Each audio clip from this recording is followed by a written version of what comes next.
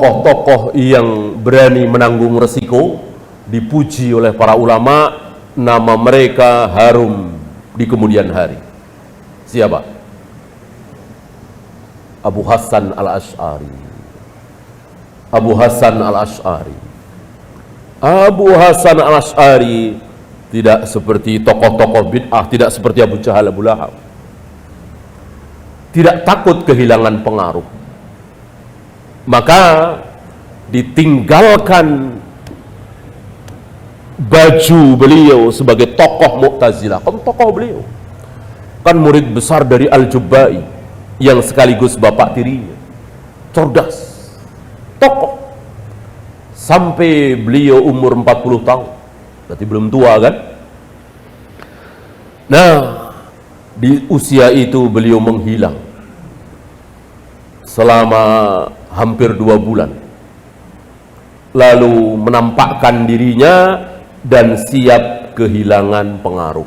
Maka dibuang baju beliau, dilemparkan baju luar beliau, ya, sambil mengatakan, aku lemparkan bajuku ini sebagaimana aku lemparkan keyakinanku selama ini, bahwa ada al-manzilatu bainal manzilatain, ada satu tempat di antara 2 tempat. Pelaku dosa besar kekal di neraka, orang yang melakukan satu saja maksiat maka tidak akan diampuni oleh Allah, dan seterusnya. Keyakinan Mu'tazilah aku buang.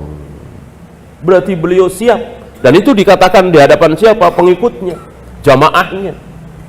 Antum kira ketika seorang tokoh taubat dari satu keyakinan maka jamaahnya ikut tobat otomatis? Tidak, dicaci maki. Iya, ya.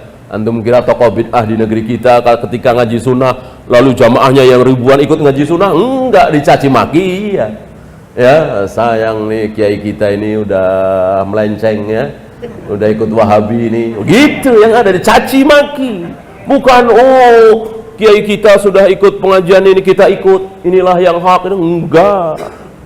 Enggak, keyakinan tidak seperti itu. Termasuk presiden, raja, ketika presidennya ngaji otomatis menterinya, pejabatnya ikut ngaji semua? Enggak, kepaksa mungkin. Kalau rajanya masuk Islam otomatis rakyatnya ikut masuk Islam? Enggak, itu Raja Najasyi, Heraklius. Nah, ini tamparan bagi kaum hizbiyin harokiyin yang mengatakan bahwa kekuasaan itu segalanya. Kalau kekuasaan sudah ada di tangan kita, selesai, gampang kita atur semuanya. Ini dusta, ini salah, ya. Abu Hasan al-Asy'ari siap dicaci maki dan seterusnya. Jelas kehilangan pengaruh, kehilangan jamaah, kehilangan murid, jelas. Tapi di kemudian hari Allah angkat nama beliau, bahkan bukan hanya di hadapan Ahlus Sunnah. Yang cinta kepada beliau bukan hanya kita Ahlus Sunnah, mereka puji tangan dengan cara yang berbeda tentunya, ya. Maka mereka menamakan diri mereka sebagai Asy'ariyah, padahal nggak tepat. Yang tepat siapa antum tahu? Mereka tidak pantas disebut Asy'ariyah, karena tentukan nisbat itu yang terakhir. Masuk sampai 40 tahun gitu kan, terakhir kan beliau rujuk ke manhaj salaf.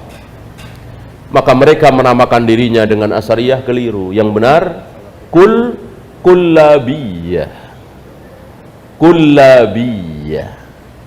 Karena setelah beliau taubat dari Mu'tazilah, dari gurunya Al-Jubba'i itu, beliau tidak langsung ke salaf, tapi melewati fase kedua. Fase kedua itu beliau banyak dipengaruhi oleh Muhammad bin Kullab. Muhammad bin Kullab ini benci sekali dengan Mu'tazilah, antipati dengan Mu'tazilah. Apapun keyakinan Mu'tazilah dibantah oleh beliau, Muhammad bin Kullab. Tapi beliau bukan Ahlus Sunnah, gitu. Nah, di bawah asuhan Muhammad bin Kullab inilah fase kedua Abu Hasan al-Asy'ari. Ada sifat 20, ada ini, ada itu, ini. Terakhir beliau bertaubat ke manhaj salaf dengan bukti tulisan beliau Al-Ibanah fi Usulid Diyanah, Maqalatul Islamiyyin, Risalah ala Ahli Saghar, Ini setidaknya ada 3 atau 4 kitab beliau sebagai bukti bahwa beliau rujuk ke manhaj salaf. Ini berbeda dengan Al-Ghazali. Al-Ghazali tidak ada bukti secara tertulis. Buktinya sekedar bahwa ada Sahih Bukhari di dekat beliau saat beliau wafat. Secara tertulis tidak ada. Ya, itu dia. Barangkali mirip-mirip dengan sabda Nabi ketika Nabi SAW mengatakan iftaraqatil yahud, bahwa orang Yahudi pecah menjadi 71 gitu.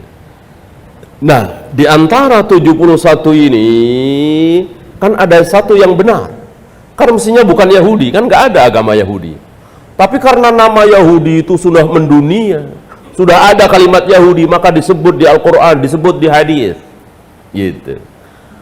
Padahal yang benar kan mereka Muslim gitu ya. Begitu juga Nasrani. Masa ada Nasrani yang benar? Ya kalau benar Muslim. Tapi karena istilah Nasrani ini sudah dipakai mendunia, maka dipakai oleh Nabi SAW. Maka walaupun tidak tepat menyebut mereka sebagai Asy'ariyah, tapi karena sudah mendunia ya, maka menyebut kullabiyah itu jarang-jarang, sedikit sekali, agar mereka paham gitu ya. Kalau disebut kullabiyah mereka bengong, apaan kullabiyah ya? Yang belajar sunnah juga belum tentu dengar ya, belum tentu tahu kullabiyah. Nah, maka untuk memahamkan ya Asy'ariyah, Maturidiyah gitu. Tapi lebih tepatnya sekali lagi kullabiyah. Dan bukan hanya ustadz ya, ulama-ulama pun menyebut Asy'ariyah, Maturidiyah gitu. Karena memang sudah mendunia luar biasa. Bahkan antum tahu di zaman Syekhul Islam sampai kepada Imam Nawawi, Ibnu Hajar, itu hampir-hampir kaum muslimin berpendapat ahlu sunnah adalah Asy'ariyah. Asy'ariyah adalah ahlu sunnah sampai hari ini kan. Atau ada lagi yang ahlu sunnah itu ada 2. Ahlu sunnah itu ada 2. Apa? Asy'ariyah dan Maturidiyah. Ya, jelas ini anggapan yang salah. Wallahu a'lam.